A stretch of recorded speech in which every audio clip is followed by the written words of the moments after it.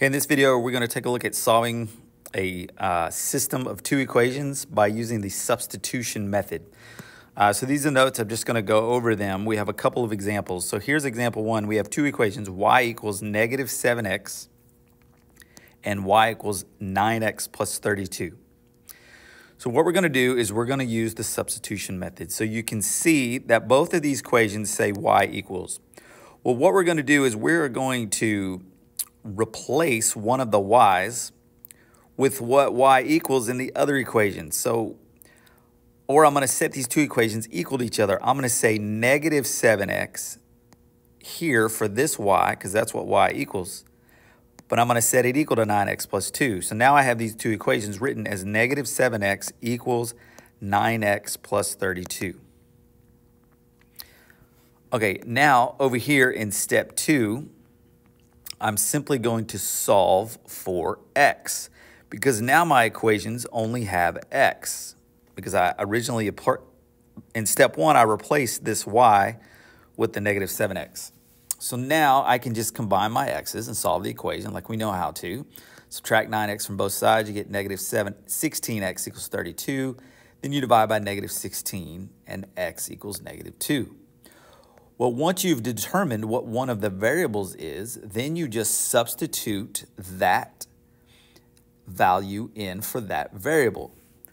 So if we go to the original equation, y equals negative 7x, we now know what x is. So we'll multiply that times negative 7, we'll determine what y is.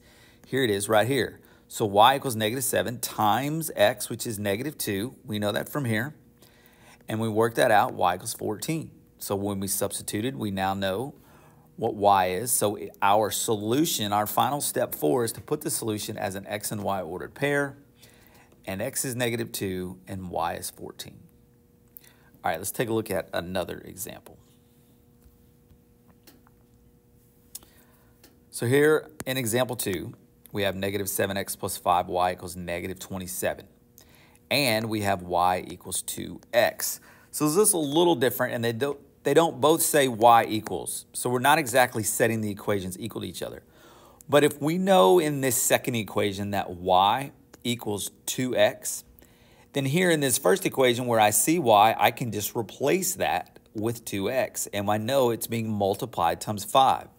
So here's what I do down here in step 1. I replace a variable, or replace one variable. So negative 7x plus 5 times 2x, which is the y value, equals negative 27. Then in step 2, I just solve it. So here I'm just showing you when we distribute that 5 times 2x, we get 10x. So now the equation says negative 7x plus 10x equals negative 27. Then it's a matter of solving this equation. When you combine negative 7x plus 10x, you get 3x equals negative 27. Then you divide both sides by 3, and x equals negative 9. So again, now you know the x value of the solution. And since you know x, you can substitute it in to the original equation that says y equals 2 times x. Well, 2, or if y equals 2x and y equals 2 times the negative 9 that we just determined, and 2 times negative 9 is negative 18. So after we've substituted that, now we know the solution as an xy ordered pair, and it's negative 9, negative 18. And that's how you use the substitution method.